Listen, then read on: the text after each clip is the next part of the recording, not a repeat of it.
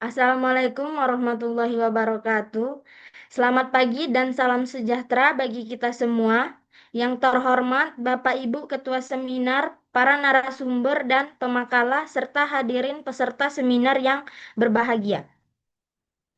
Puji dan syukur kita panjatkan kehadiran Allah Subhanahu wa Ta'ala atas rahmat dan karunia-Nya. Kita dapat hadir pada sesi presensi proceeding kali ini. Dalam keadaan sehat walafiat, perkenalkan, saya Jenny Laudia Cynthia sebagai moderator.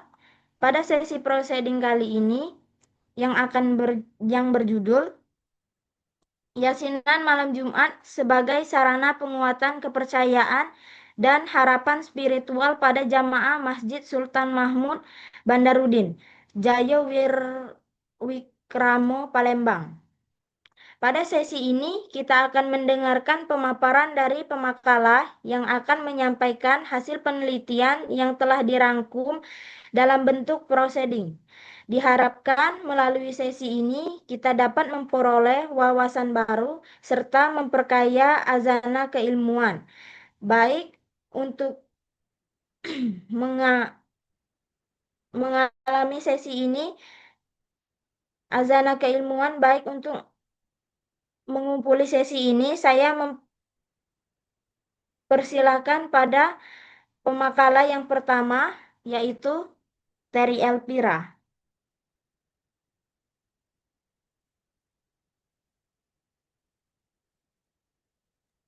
Oke, baik. Terima kasih kepada moderator. Jadi yang pertama itu latar belakang. Jadi yasinan pada malam Jumat itu merupakan eh, satu salah satu praktik ibadah kolektif yang dimana masih sangat banyak dilestarikan oleh masyarakat Muslim di Indonesia. Nah, kegiatan ini bukan hanya dimaknai sebagai ritual keagamaan, tapi juga memiliki peran penting dalam menjaga ketenangan batin, ketahanan spiritual, serta hubungan sosial antar jamaah.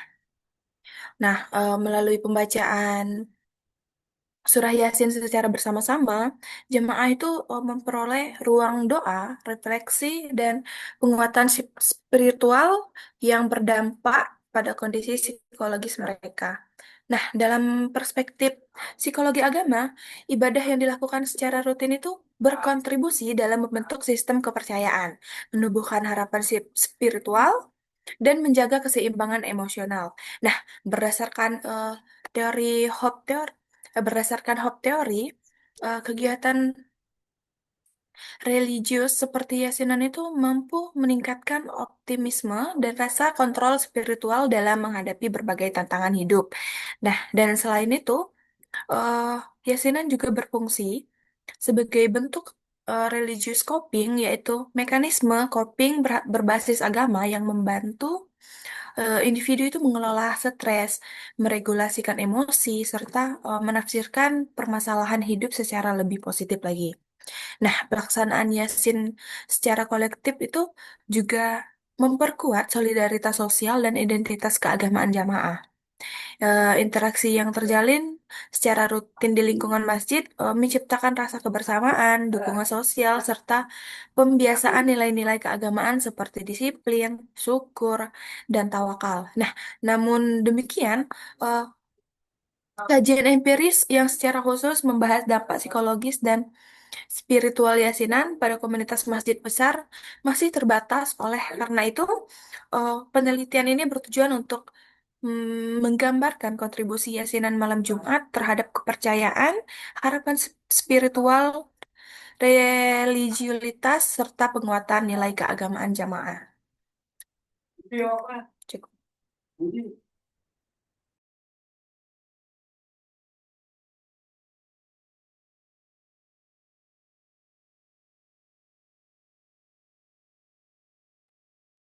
Baik, selanjutnya yaitu pemateri kedua kepada Zarika Salsabila. Kami persilahkan. Baik, terima kasih moderator. Untuk operator, apakah boleh di slide PPT-nya? Next slide.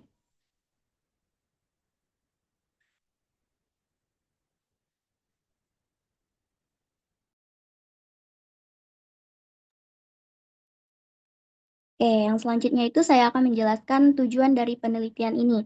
Penelitian ini bertujuan untuk melihat yang pertama itu bagaimana yasinan mempengaruhi kegiatan jamaah, keyakinan jamaah pada Allah.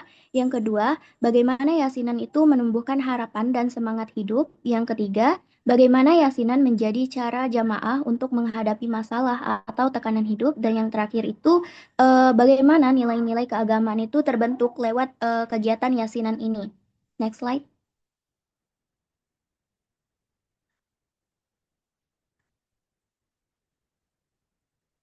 Next. Ya. Yang selanjutnya itu adalah metode penelitian. Jadi di sini kami menggunakan pendekatan kualitatif deskriptif, yaitu pendekatan yang bertujuan untuk menggambarkan secara mendalam pengalaman dan makna yang dirasakan jamaah terkait kegiatan yasinan setiap malam Jumat. Pendekatan ini dipilih karena peneliti berfokus pada pengalaman subjektif jamaah, bukan pada pengukuran angka atau statistik. Eh, yang selanjutnya itu ada subjek penelitian. Kami menggunakan teknik sampling yang digunakan adalah purposive sampling, yaitu pemilihan informan secara sengaja berdasarkan kriteria tertentu. Teknik ini memungkinkan peneliti untuk memperoleh informan yang benar-benar memahami dan mengalami langsung fenomena yang diteliti. Adapun kriteria subjek yang dipilih yaitu yang pertama adalah rutin mengikuti yasinan, yang kedua itu terlibat dalam aktivitas masjid, dan yang ketiga itu mampu dan bersedia menceritakan pengalaman spiritualnya. Yang selanjutnya itu adalah teknik pengumpulan data. Yang kami menggunakan wawancara mendalam, menggunakan semi terstruktur, dan menggunakan observasi non partisipatif, dan menggunakan wawancara yang direkam dan ditranskripsi. Oke, saya kembalikan kepada moderator. Baik, terima kasih Zarika.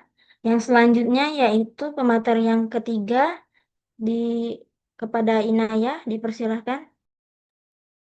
Baik, terima kasih kepada moderator. Yang poin selanjutnya ini adalah hasil penelitian, di mana kami memuat beberapa poin. Yang poin yang pertama itu adalah penguatan kepercayaan dan juga harapan. Hasil penelitian kami menunjukkan bahwa sebagian besar jamaah merasakan ketenangan batin setelah mengikuti yasinan. Banyak jamaah yang merasa lebih yakin bahwa Allah Subhanahu wa Ta'ala akan menolong mereka walaupun masalah yang dihadapi itu belum selesai.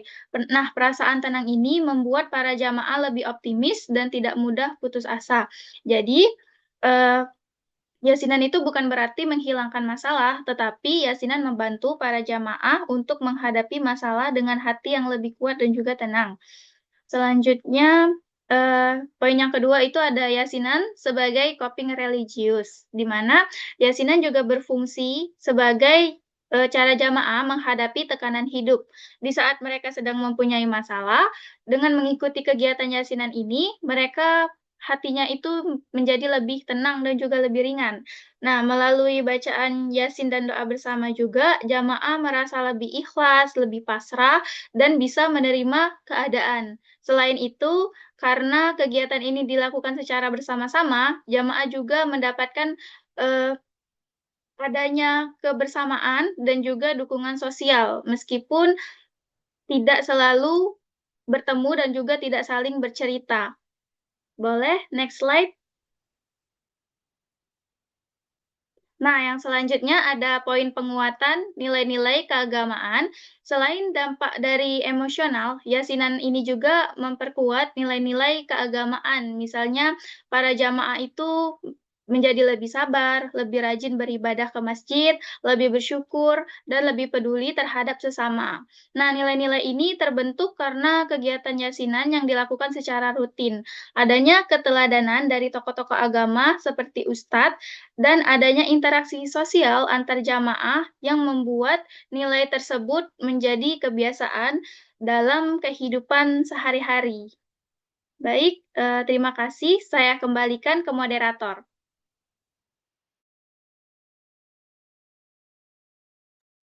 Baik, terima kasih Inayah. Selanjutnya, materi selanjutnya yang akan disampaikan oleh Zarika. Pada Zarika, kami persilakan. Baik, terima kasih moderator. Jadi yang selanjutnya itu adalah diskusi. Jika kita melihat hasil penelitian tadi secara keseluruhan, yasinan setiap malam Jumat itu ternyata tidak hanya berfungsi sebagai kegiatan ibadah rutin, tetapi juga sebagai ruang psikologis dan spiritualitas bagi jamaah. Banyak jamaah yang mungkin datang dengan kondisi hati yang berbeda-beda. Ada yang lagi punya masalah, ada yang sedang gelisah, dan juga ada yang sekedar hanya ingin menenangkan diri. Namun setelah mengikuti yasinan, sebagian besar jamaah merasakan perubahan suasana batin yang menjadi lebih tenang dan lebih ringan. Hal ini menunjukkan bahwa yasinan memberikan efek regulasi emosi dari bacaan ayat suci Al-Quran, doa bersama, dan suasana religius di masjid yang membantu jamaah menurunkan ketegangan batin dan membuat pikiran menjadi lebih jernih. Dalam kondisi seperti ini, jamaah menjadi lebih mampu menerima keadaan dan tidak larut dalam tekanan masalah yang sedang dihadapi. Menariknya, yasinan ini juga membantu jamaah dalam memaknai masalah hidup. Masalah tidak lagi dipandang sebagai beban semata, tetapi juga sebagai ujian yang bisa dihadapi dengan kesabaran dan keyakinan penuh kepada Allah Subhanahu wa Ta'ala.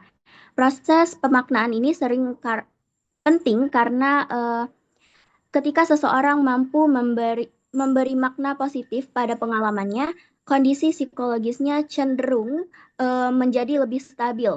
Selain itu, pelaksanaan yasinan ini secara berjamaah menciptakan rasa kebersamaan meskipun jamaah tidak selalu saling mengenal secara dekat. Keberadaan orang-orang dengan tujuan ibadah yang sama menimbulkan perasaan tidak sendirian. Rasa kebersamaan ini secara tidak langsung memperkuat dukungan sosial dan membantu jamaah merasa lebih kuat secara mental. Dari sisi nilai keagamaan, yasinan juga berperan sebagai sarana pembiasaan. Kegiatan yang dilakukan secara rutin ini perlahan membentuk sikap sabar, tawakal, dan syukur dalam diri jamaah.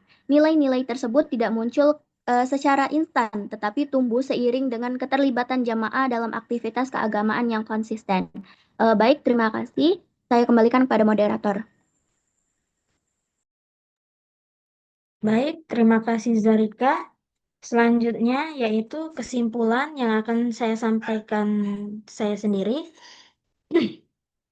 Dari penelitian ini kita bisa simpulkan bahwa yasinan malam Jumat memiliki peran penting dalam memperkuat kepercayaan, menumbuhkan harapan spiritual, membantu jamaah menghadapi masalah, dan menanamkan nilai-nilai keagamaan. Yasinan bukan hanya kegiatan membaca surah Yasin, tapi juga menjadi ruang bagi jamaah untuk menenangkan diri, mendekatkan diri kepada Allah, dan memperkuat hubungan dengan sesama.